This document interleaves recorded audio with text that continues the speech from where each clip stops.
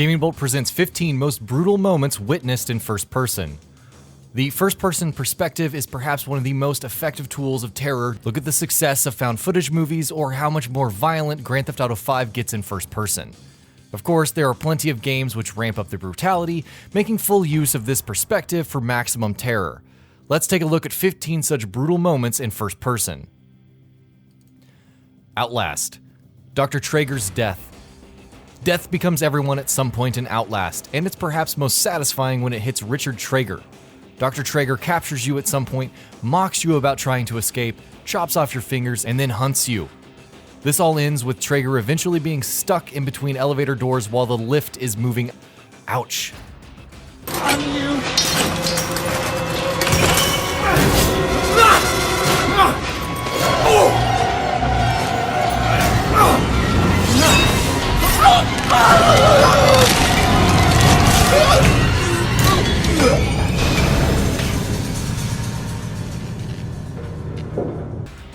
PT, Lisa's attack. Though the in-game text hints at the husband becoming a monster, which he certainly does because of murdering his family, Lisa is still the biggest threat in PT. If she finds you, then along with a sudden jump scare, she essentially rips you apart. You can also hear her eating your remains, which is just rude.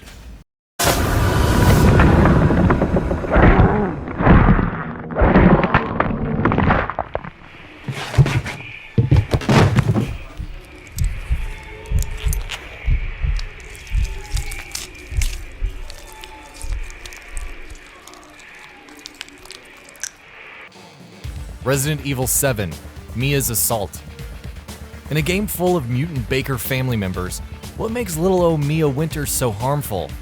Well, along with stabbing you multiple times, including once through your hand, Mia lops off the same hand with a chainsaw.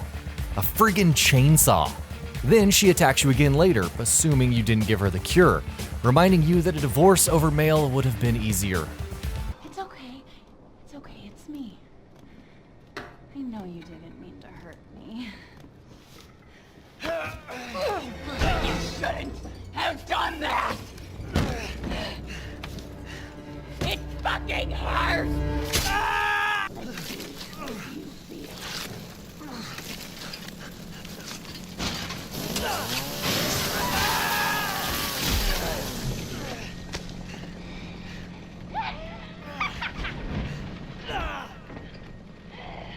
It's my job. Must contain outbreak. Gonna do it. I promise. Must burn it all down. Quake 4, Stroggification. Stroggification doesn't sound so bad in theory. Oh, the Strogg are giving people augmentations. When you're in the actual process, it's much more horrifying. Machines meet flesh and your body is altered before your very eyes in a very painful process. On the flip side, cybernetic augmentations. So up yours, Adam Jensen.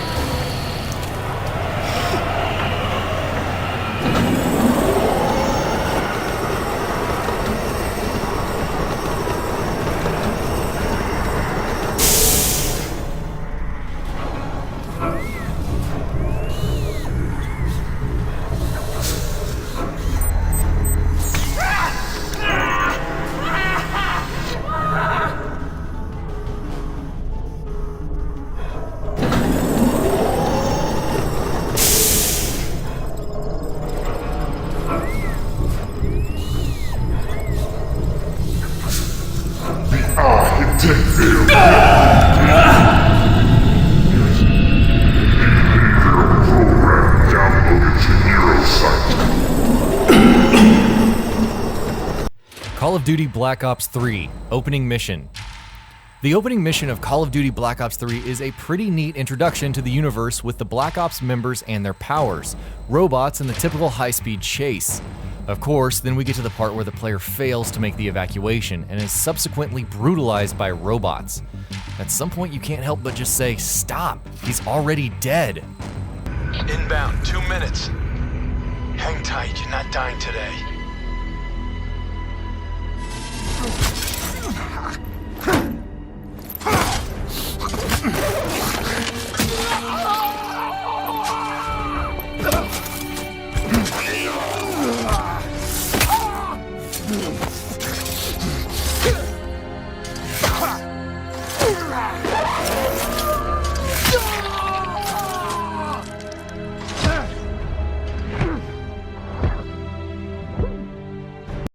SCE Santa Monica found the perfect way to amp up the violence for God of War 3. When Kratos finally has to kill Poseidon, he does so by slamming his head into a wall and then jabbing both of his fingers into his eyes.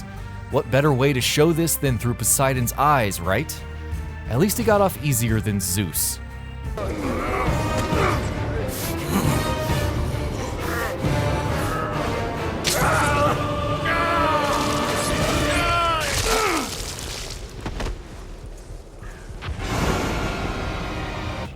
Darkness 2 Restaurant Massacre. Jackie's day doesn't exactly start so well in The Darkness 2. After having to restrain the darkness and being Dawn of the Franchetti family 2 years after the first game, Jackie is attacked in a restaurant. His hot blonde dates are murdered, Jackie is severely injured, but that's not the worst of it. No, Jackie calls upon the darkness to destroy his enemies, and the results are, well, exactly what you'd expect from hellborn tentacles with teeth.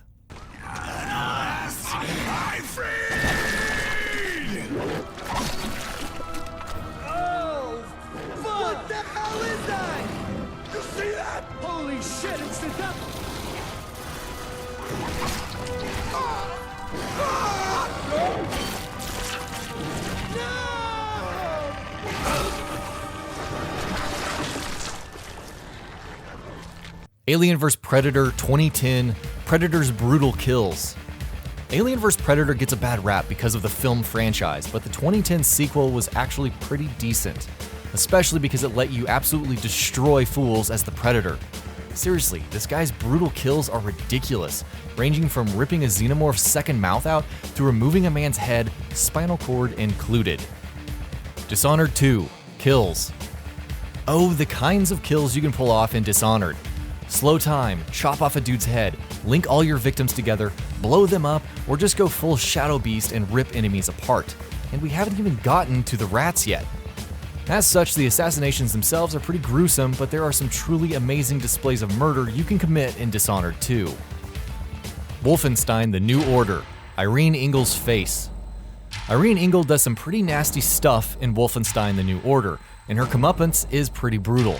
After control of Herr Faust is seized, it proceeds to crush her face. This is then followed by Engel crawling up to you and proclaiming your death, mangled face and all, before being flung away. Perhaps the most surprising is that Engel actually survives this ordeal.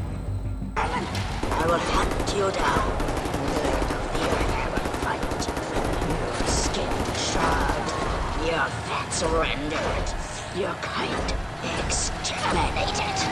And I will feed your flesh to the furnace!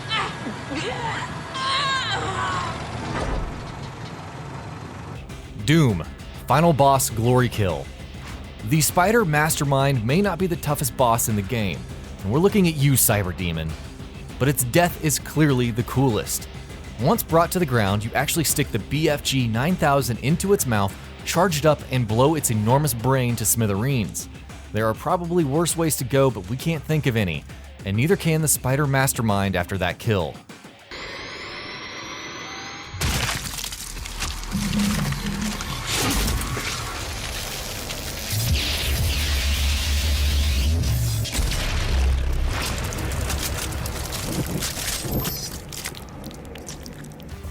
Fear, Douglas's death.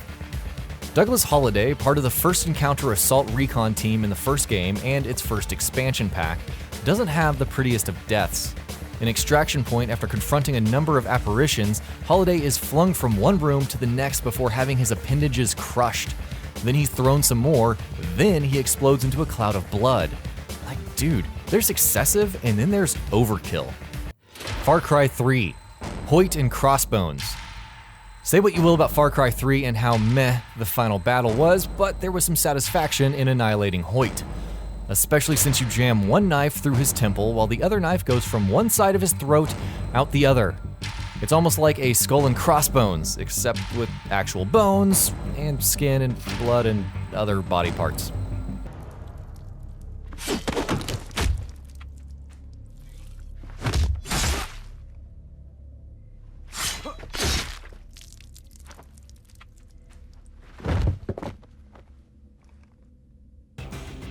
Homefront: The Revolution, interrogation scene.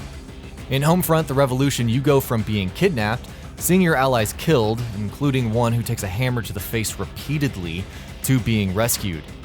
Then there's watching a struggle that ends with, well, you guessed it, a hammer to the face numerous times. We'd bother with character names, but like Homefront: The Revolution, they don't really matter. But man, that was a crazy scene. Are you ready to talk now? I'll tell you.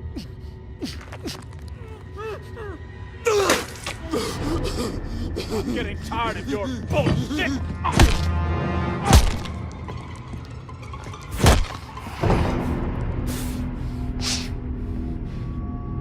Start talking! I won't go so easy on you.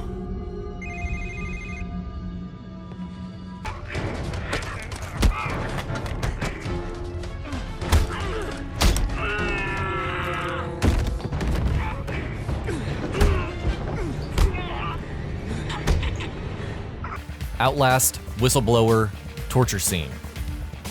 With all the insanity that occurs in the first game, how does the DLC manage to top it? By introducing a crazed inmate named Eddie Gluskin, aka The Groom, who is trying to find the perfect bride. This is achieved by some pretty serious mutilation of any man he comes across. You even get a front row seat to one such operation, and one's skin can only crawl so much. No.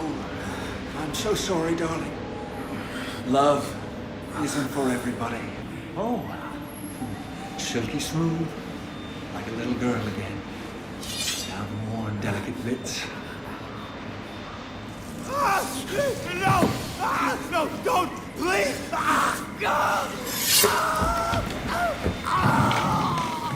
Oh, God, please.